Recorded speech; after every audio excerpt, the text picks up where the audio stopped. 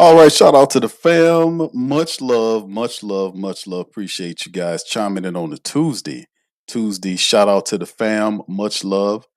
Hey, fam, we got some news, and of course, it's not really news. We knew eventually that this guy was going to get released. I think he kind of, I guess, he was giving him some more opportunities because really this should have happened several games ago, man. Blake Grupe is now officially in the street. And this is kind of an interview that kind of foreshadowed that. I'm going to put this and let you guys listen to it. This is his final interview as a Saint. And the reporter asked him about the missed two field goals in the Atlanta Do game. you worry about your job in a situation like this? I mean, what's that going to do for me? There's nothing that is going to. There's nothing that is going to positively impact myself. Why would I think about that? You can see toward the end, he kind of wore it on his face, man, that hey, you can't miss field goals in this league. The Saints, I think his percentage dropped to like 70s, like the 73, 74, and I think after the two misses. I think it was like around 69% or something like that on the season. Drastically bad. Saints put Blake Grupe in the street. And I remember this was a kicker the Saints picked up under the Dennis Allen administration when they unceremoniously traded Will Lutz, who just signed a contract with Denver, and Sean Payton. So Blake Grupe, one of the guys that Dennis Allen left with us, was a kicker that just kind of fell apart this year, man. He could not find his stride. He was really shaking. The Saints had to waive him in his third year. So Saints' patience with Blake Grupe met its breaking point when the team waived the third-year kicker today. Decision was made after Grupe, who signed with the Saints as an undrafted free agent in 2023, missed his seventh and eighth field goals of the season in Week 12's loss to the Falcons. Five of Grupe's misses have come from inside 50 yards this season, including two of five from marks between 40 and 49 yards. Both Grupe's misses against the Falcons from 38 and 47 yards missed wide right of the upright. So it puts him in the street. With Grupe out, the Saints are planning to sign former LSU kicker Cade York to the practice squad. A source with knowledge of the situation confirmed the Saints will add York after a trial Tuesday that included the 24-year-old and veteran Justin Tucker, the latter of whom received his first NFL workout after a 10-game suspension for violating the league's personal policy conduct. 16 women accused Tucker of inappropriate misconducts during massage therapy sessions. But York has a career just over 73% field goal rate in 23 games. He's a former fourth-round pick back in 2022. York spent time with the Browns, Titans, Giants, Commanders, and Bengals. A journeyman, nonetheless, after a strong training camp in which he missed one field goal attempt. Grupe's season got off to a bad start immediately, but misses in each of his first three games. He went 18 of 26 on field goal attempts this season, and his conversion rate was 69.2. That is horrible. That ranks dead last in among NFL kickers. The league's average for NFL kickers is 84.8. And really, this was something that was supposed to be done a long time ago, like early on in the season when you just missing those type of moves that's going to put you in the street. So Grupe spent any time with the Saints in the first place was a surprise that he beat incumbent Will Lutz back in 2019. Lutz was coming off a couple of down years at this point, having converted just 74.2% of his field goal attempts in 2022 after missing 21 season. Grupe connected on 1% of his attempts as a rookie, did 87, but his production cratered this year. I don't know what happened, but the bottom fell out. Meanwhile, Lutz has signed a contract extension with the Broncos, whom he's made over 88% of his field goals for, 78 of 88 in parts of three seasons. He was named team captain prior to the season. So unceremoniously marches out Will Lutz. Blake Grupe, undrafted, takes over and implodes in his third year. I don't know what the problem was, but you never can tell with some of these kickers. The rule would kind of leave him alone onto himself and let him figure it out and be gentle with them because it's a mental game. I don't think that's the case with Sean Payton. I remember watching videos of Sean Payton talking to his kickers, and he was kind of rough. I remember there was a couple of games ago. Y'all put one in the chat if y'all remember with Coach Payton walked out onto the field before a game-winning field goal from Will Lutz and told him, "Hey!" And Will Lutz turned around and looked at him. He said, "Trade on through." And the guy shook his head and went out there and kicked the damn ball through for the win. So I mean, this stuff about them being mental, although Sean Payton doesn't buy into it, but You know, he sure did tell Will, let's ask that in that Denver game, and he actually went on and kicked it on through. So yes, indeed. So they put Blake Grupe in the street, man, and and they signed Cade York. Also, there was also some information to kind of pass y'all guys, pass by you guys. Saints signed former Packers wide receiver after free agent tryouts as well. Shout out to Saints Wire, who kind of talked about this thing. Here's a new face at wide receiver. The Saints have held free agent trials for multiple position groups on today, and former Green Bay Packers wide receiver Samori Toure signed with the practice squad per Adam Schefter. He's listed as 6'1", just under 200 pounds, and has caught 13 catches for 130 receiving yards and a touchdown in his 22 career games. He doesn't have any experience at punt off of kick returns. He played college football at Montana and Nebraska before the Packers picked him in the 7th round of the 2022 draft. He spent last season with the Bears and most recently a member of the Broncos practice squad, right? A corresponding move is coming out, but now he's one of 4 receivers on the Saints practice squad, along with Dante Pettis, Ronnie Bell, Jaquan Jackson, who just signed last week. So this is some stuff to talk about. Chris Olave, Devon Belly, Mason Tipton, and Kevin Austin Jr. are still on the 53-man roster. Trey Palmer is eligible to return from injured reserve whenever he's healthy, while Jalen Polk will have to wait until 2026 to be activated. So the Saints having this going on as they sign in a few people. And this is pretty much what we got right now for you guys. So the Saints making some moves. They put Blake Grupe in the street, signing former LSU kicker Cade York to a deal, and picking up another wide receiver right now. So the struggles of Blake Grupe end as we move forward. Now, a little bonus information for you guys to kind of talk about with AK-40. We already briefed you on the situation that was going on with Alvin Kamara and his injury situation, which they are looking at. But it was a question. A good article put out by the Times-Picayune mentioned Alvin Kamara's resurgence has faded, and it's creating questions about his potential future with the team. What is his future with? Let's get into this article.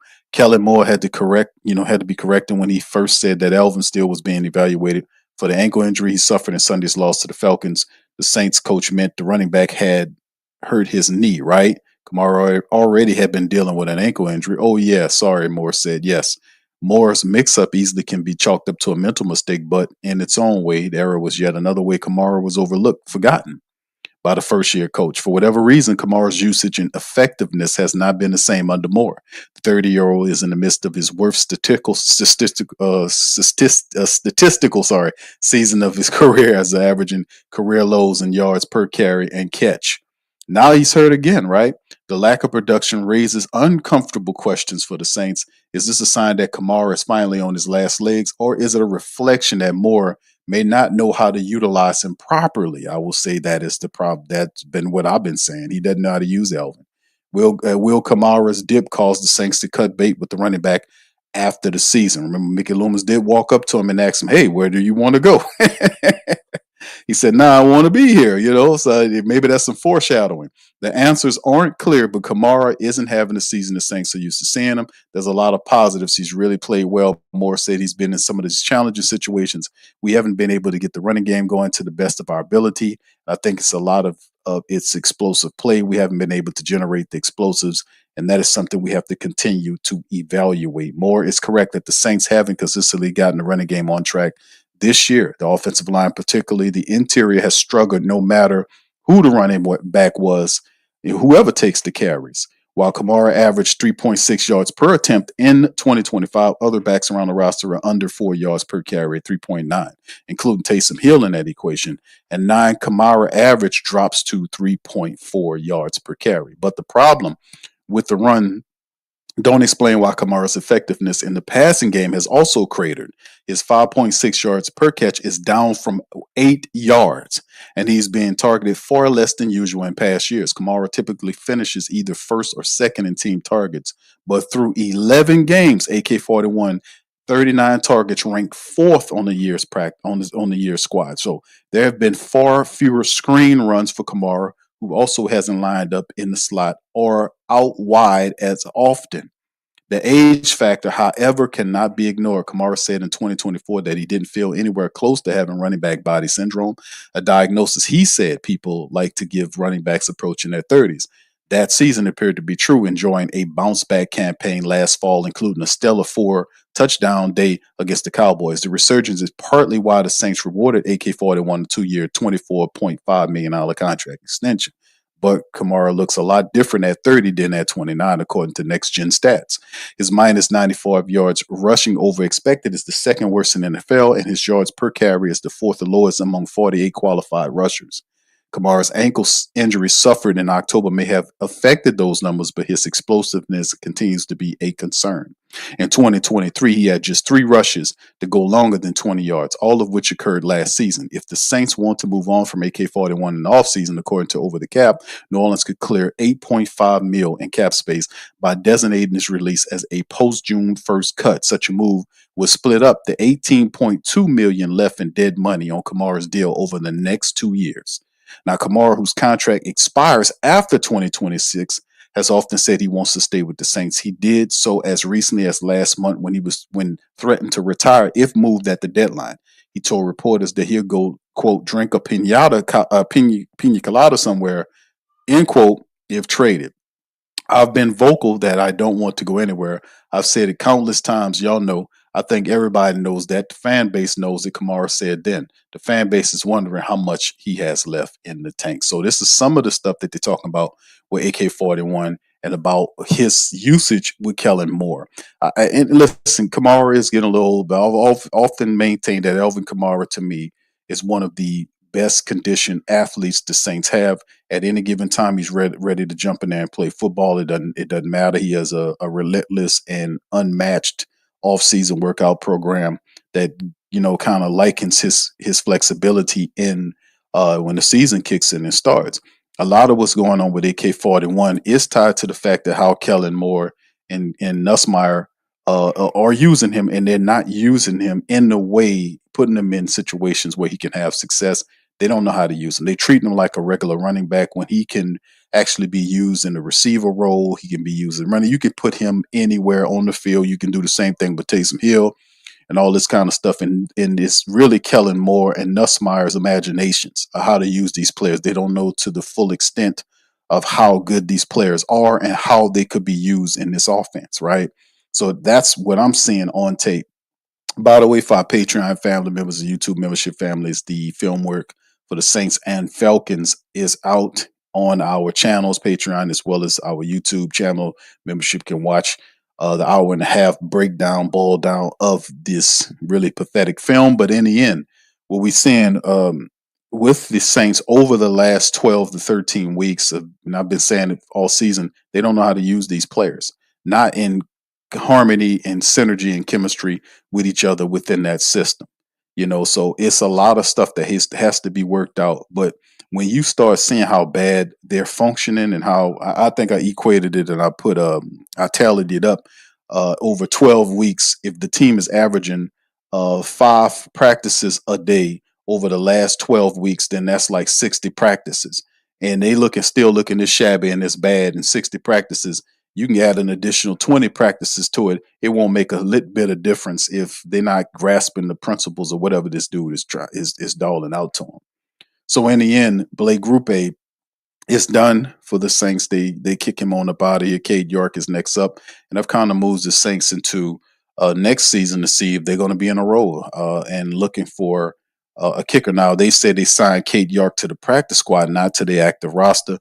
They also signed the other wide receiver and bring him in here. They'll have a corresponding move. So maybe we'll see what the Saints do in terms of who will be the starting kicker against the Miami Dolphins coming up on Sunday. Whether that'll be Cade York or maybe to give Charlie Smith an opportunity. But why sign Cade York, a veteran, if you don't use him in that capacity? A lot of people thought that Charlie Smith should be given a chance. Why not? It's not like the Saints are going anywhere in terms of making any wins or things happening. And this move was really late in the game. So just to be honest with you. So in the end, Blake Grupe is gone and the Saints move on to the next kicker, man. And it simply is what it is. All right. Anyway, I just wanted to brief you guys on that. Shout out to you guys in the stream. Much love. What's up, Chantel? Good to see you. Young City 9, OG Jerry. Good to see y'all. Brother Derek White is in this thing as well. Roll Slim, all the fam. Good to see y'all in the building on this Tuesday broadcast as well. So anyway, what's up, Bastion? Shout out to Bastion. Much love to all you guys out there. V Griffin, I see you, man. Appreciate y'all. Nola J. Yeah, he said it was all coaching. I agree with you, Nola J. Shout out to you, brother. Yeah, it was. It still continues. What's up, Molly? Shout out to you. Says Molly says Q should Kellen Moore give up his play. I would. That looks incredibly bad if he gives up his play calling. But the weird thing is, I think he's still a better play caller than Nussmeier. Just to be honest with you, I don't think the play calling improves if Nussmeier is calling the plays. You know, that's the really weird part about it. I think Kellen Moore is actually a better play caller than Nussmeier. And it's him and Nussmeier together to, these things.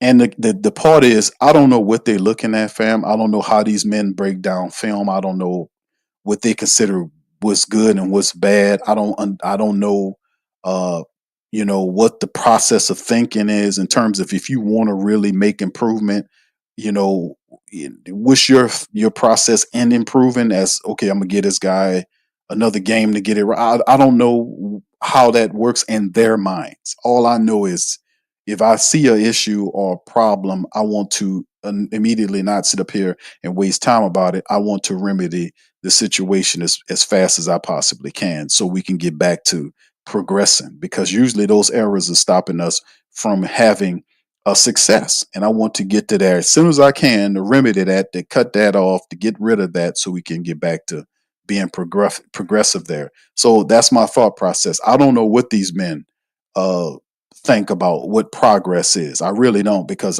my opinion is I think a lot of what they're doing is really slow and really late. The cutting of Blake Grupe should have happened at least 3 to 4 what at least 3 games ago. At least a month ago he should have been gone. We were saying it then. The guy was missing a lot of field goals. And you wait till like the team got 2 wins and they're 2-9. So we're gonna cut the kicker. I mean, you might as well just have kept them for the rest of the year. I mean, what's the purpose? You're 2-9 now, right?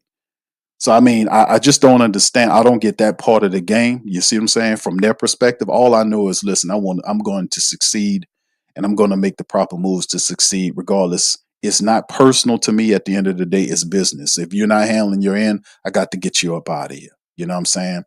I give you some chances, but if you're not, improving, then I'm gonna have to get you up out of here, man, because my job is on the line as well. And if you're not, producing, then I can't allow you to stifle the entire team. I got to move you up out of here and give somebody else another opportunity, or recognize that that is an area of improvement or somewhere I got to reach to in free agency or in the draft. You get what I'm getting at? That's all I know. All this other stuff that they do where they sit around and go for 12 and 13 weeks and sit up here talk about fixing stuff but never really fix anything. I can't build with you on that. I don't even know what that is. I'm just going to keep it real with y'all. I can't even put that in my mind frame how somebody would deal with that, man. But thank you for Stay cool. Nobody gets hurt. Take the money out. All of it. Come on. Wasting my time now. Come on. Come on. Stop stalling. Indeed, man, and that's one of the things that we see all the time from what's happening with the 2-9 Saints. Okay, we got issues here, we got issues there, we got issues there. Okay, we recognize all that. Let's just fix it. It's not a personal thing. They know it too. If you don't produce, then you got to go. That's just how it is. Because if you don't produce, it puts everybody's job, including the head coach's job, on the line. So it's not an environment, and that's supposed to be set up that way where it promotes everybody to do what they're supposed to do and go all the way out and not sit up here and collect checks like some of these other guys been doing, right? It puts supposed to be a pressure cooker to a degree, because it's supposed to boil, make the cream rise to the top, so to speak, right? And it's supposed to be accountability and straightening and checking going on this team, not patting people on the helmet and just watching guys fail and not putting the correct reps. And then at the end of the day, all this kind of this weak nonsense we see going on with the team. There's supposed to be guys that are upset about losing and don't take losing well, right? Because they have They have a responsibility to themselves. They got a responsibility to the team and to the supporters to go all the way out. And with the support base is upset, who the hell is you to walk up here calm and cool like Justin Reed do? Like, yeah, we good, we good. No, we not good, brother. Because a lot of times you can't always leave it on them because the reality is these people place themselves in some kind of bubble of reality that don't exist with the support base. No part of any of this is cool in my mindset. You get what I'm saying? And a lot of the support base is upset by this because they know that this team is not doing what they're supposed to do to be successful. And success eludes this team because they're not accountable, because they're not making the right moves and getting players out of here who are constantly getting beat. Number 51, constantly on tape getting beat. We do the breakdown on him. This guy shouldn't have a job on this team, but yet and still, will they do what is necessary to get guys like that off this team? Will they do that? That's the question. You know, that brings accountability. That let people know we're not going to allow you to play subpar like that. You're going to have to elevate and play. If you push any other type of mentality outside of that, then you just create an environment where guys just going to just collect checks and make excuses for each other. And I find it really interesting that we didn't get not one like player only meeting this year. A lot of these veterans have checked out. I've been said that these guys got 1 year left. They done checked out. If you're really pissed and you're a winner and you really want to win, I don't care what side the ball you're on. You're gonna be pissed off. You're gonna want player only meetings. You're gonna challenge your teammates. You're not gonna sit up here and pat them on the helmet and say we'll get them next time. No, no, no. It's not. That's not cutting it. Because every week you come out and you keep losing. And then, like I said, there's no fire in their stomachs, no fire in their bellies, there's no fire in their eyes. There's none of this is going on. It's just constant boobery upside down and in and around. And that speaks well to the weak mentality of the team. There's a lot of weak mentality players and mindsets that they're adapting, and that's why it's accounted to this losing. The play calling is suspect. A lot of it is shared all the way around. And if Kellen Moore is really serious about change, then he needs to start looking at himself. He needs to start challenging his play calling because these players don't know what he's doing. These plays are horrendous. Even Jim Mora talked about the Taysom Hill play. But the reality is when I looked at the Taysom Hill play, the one where he, like I don't like when they do that, right? When they need 1 yard, but they put Taysom in a shotgun and then snap the ball to him in the shotgun so he can run ahead to get 1 yard. So you place him 5 yards back to get 1 yard. I find that really stupid. I don't understand what that's for. And besides, putting him in a situation like that where he has to take a long snap like that increases the chances of something going wrong. And that's exactly what happened. Snap the ball to him underneath the center and let him forge ahead for the 1 yard as opposed to he has to gather up steam to push through for 1 yard. I can understand why that play was called. It was totally botched and ridiculous, but at the same time, I can understand because the previous play, Tyler Shuck had an easy touchdown throw to Taysom Hill. It was a play action move where Taysom got the ball, ran into the center, right? And the guy fell for him, think he had the ball. Then Taysom snuck from behind him, is wide open in the end zone. Tyler Shuck pulled the ball down and tried to run himself. That's why they pulled his ass out of there. Because he was supposed to throw that pass to Taysom, who was wide open in front of him in end zone. Instead, for whatever reason, he pulled the ball down and stumbled forward and into the hands of the Atlanta defender. And they pulled his ass out of there. And I said, well, I see what happened there. I see exactly what happened there. Go back. Well, we did it on Patreon, and I showed y'all why he did that. And I see why they ripped him out of there. He was supposed to throw that ball to Taysom Hill on that play because Taysom was wide open in the end zone. And for whatever reason, Tyler Shuck decided to become a runner because he stopped like he was going to throw the ball and then seen Taysom cutting and then for whatever reason turned into a runner. I don't understand what that was about. Maybe he was trying to show that the coach that he can run true tackle. I don't know what it was, but I can see why they pulled him off the field. But regardless or not, that's what kind of stuff you see on film and tape that's happening all the time. Like it's disjointness and people not totally on what they're supposed to do. You see blocks being missed, and it's I don't see a lot of confidence in the play calling. Almost like they're just telling them what to do, and the guy's going out there, okay, we're gonna do this, as opposed to them saying, hey man, listen, what did you run in college that you was really comfortable with, so we can do that here? Well, we did this, we did that. If it's your quarterback, you gotta have the signature, the offense for him, if this is the guy for you. But if we continue to have games like this, there are going to be questions on whether or not Shuck could be the guy for the future, right? And I really don't want to keep going year after year drafting quarterbacks. We did that like what 3 years in a row. We keep taking quarterbacks, to figure out which guy it is. So it's going to be 4 years in a row we get another one. I mean, so at some point, you're going to have to stick with the guy and build your offense around him. But like I said, some people not meant to be head coaches. Some people just don't have the temperament for it. And the word is still out on him, on Kellen Moore. Now, listen, I like Kellen Moore. I really do like Kellen Moore. I just think that some people are not meant to be head coaches because there's a lot of pressure that comes with it. Your players got to respect what you got going on. You have to be able to communicate that to them. And when they don't do well, you can't sit up here and let weeks go by without dealing with punishment for them for bad. And when they miss tackles or they miss kicks or when they drop passes or they drop touchdowns, and you go weeks after weeks without penalizing the people and then expect them to respect you. You can't do that. Maybe some players you can, but not all those players you can. You have to have a punishment system or a system in place that penalizes them when they hurt the team, drop passes, miss tackles, and the like, this sort of thing. You get what I'm getting at? This type of stuff. You cannot have that in what's going on with the team.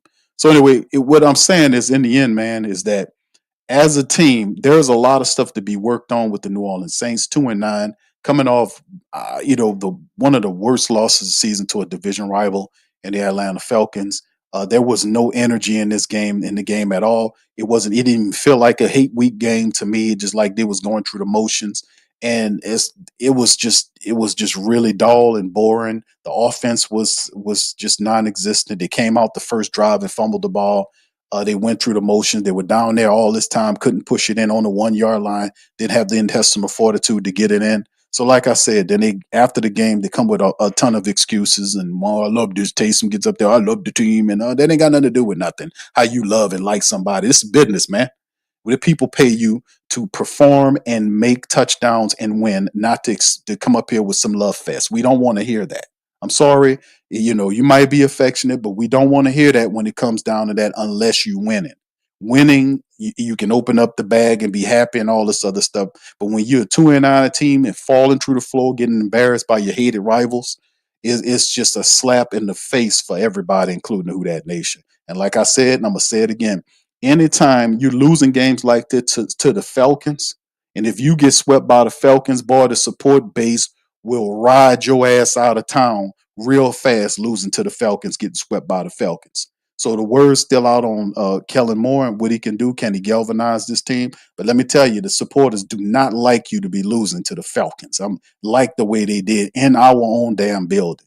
So I'm just keeping it all the way funky and trill all the way to the bank. What's up, T Dirty? Shout out to you, man. Good to see you in the building as well.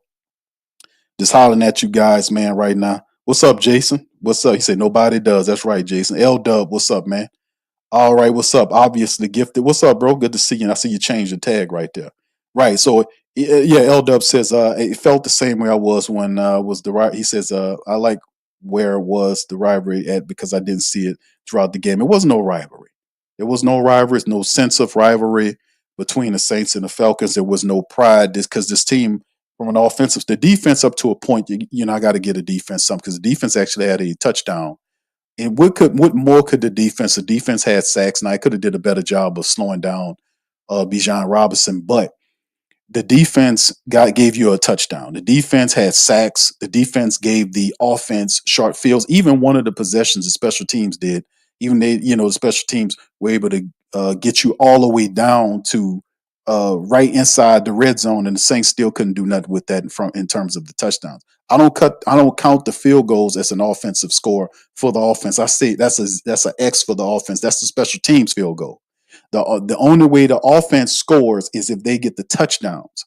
The special teams come out and kick 3. So I give the offense no credit for that in any kind of manner. You might have gotten them in position for it, but in terms of points, that don't mean anything in terms of scoring. The offense had multiple times they need to take care of that, and that's not just been something for this game. That's been something that they can't get right for the duration of the season. We're heading to week 13.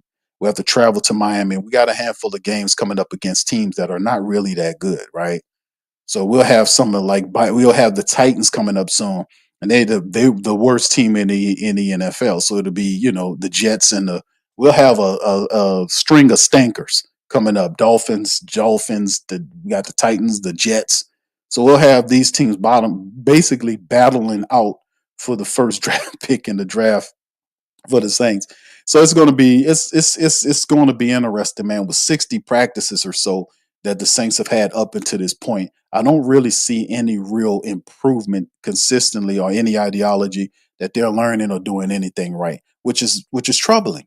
Because as these other players leave, you bring other players in. That doesn't necessarily mean things are going to be successful because the coach has to acclimate these guys into the system and do it properly. I have not seen him do that consistently and well enough for his offense to make a word. That's Kellen Moore's offense that failed against against the Atlanta Falcons.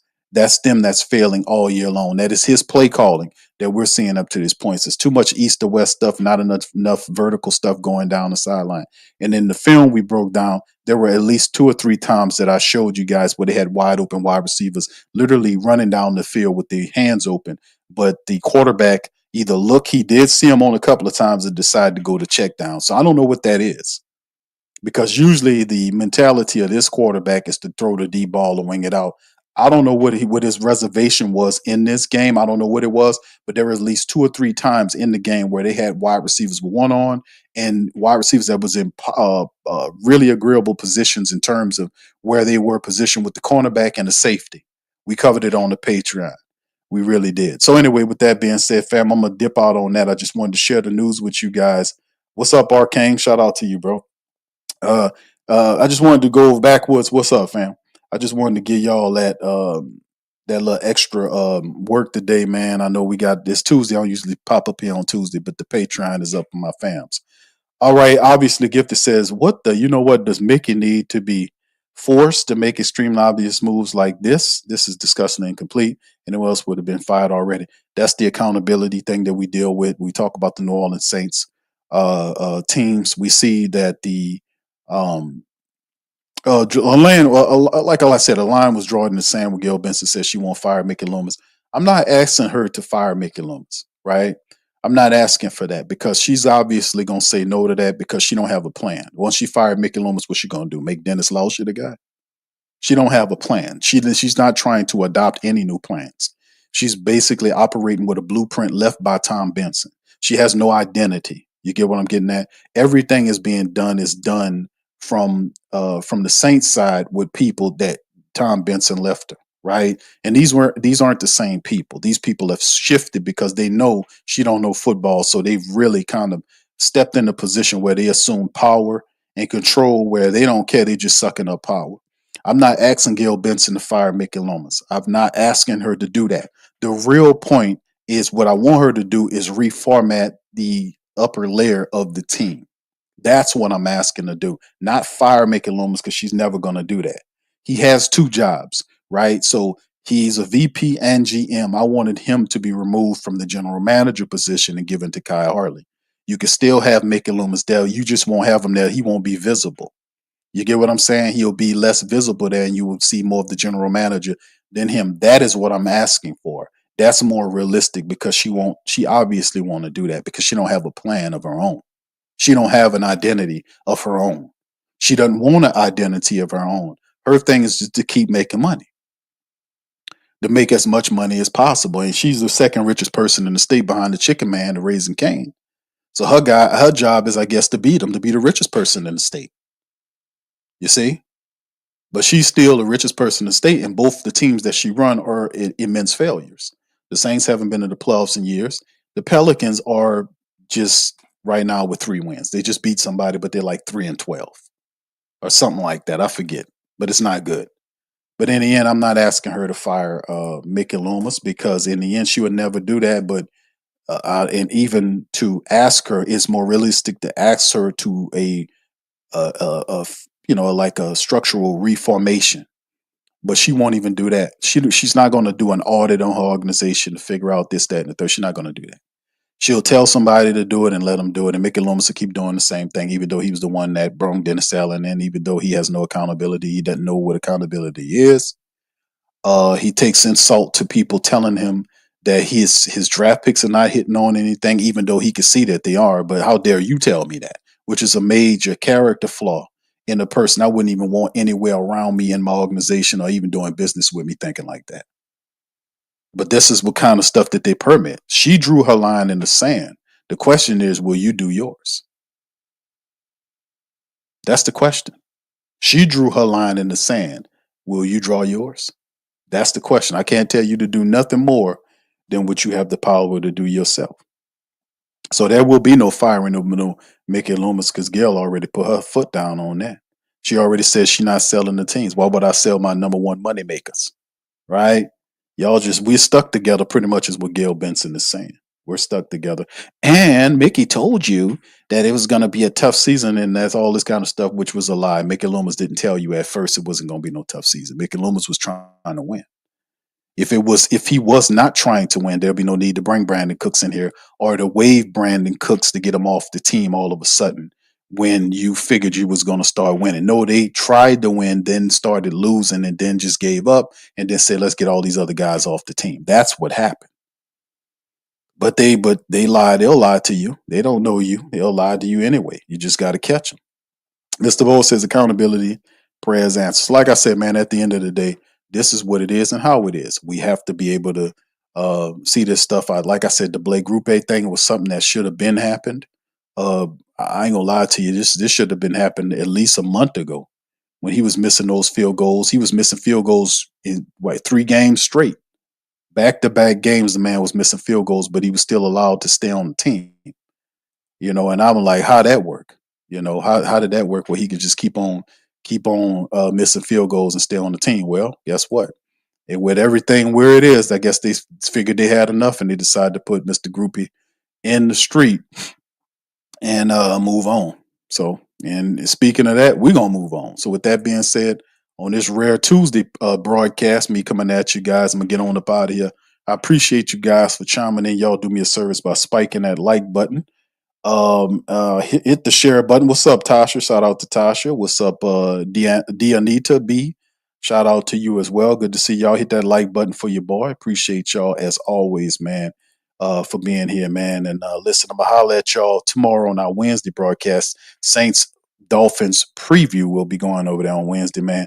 It's the day before Thanksgiving. It's Turkey Day coming up soon, man. So y'all, I'm gonna be hollering at y'all on Wednesday in the special broadcast as well, man. So y'all hit that like button, hit that subscribe button.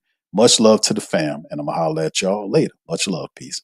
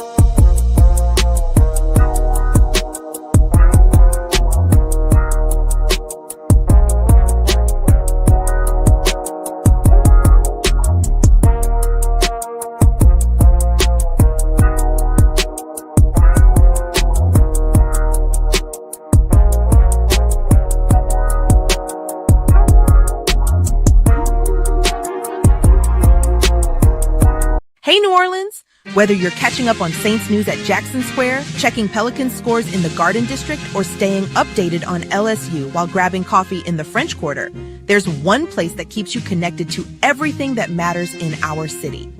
From Bourbon Street to the Superdome, from Preservation Hall to the Riverfront, New Orleanians are staying in the know with the whodatdaily.com.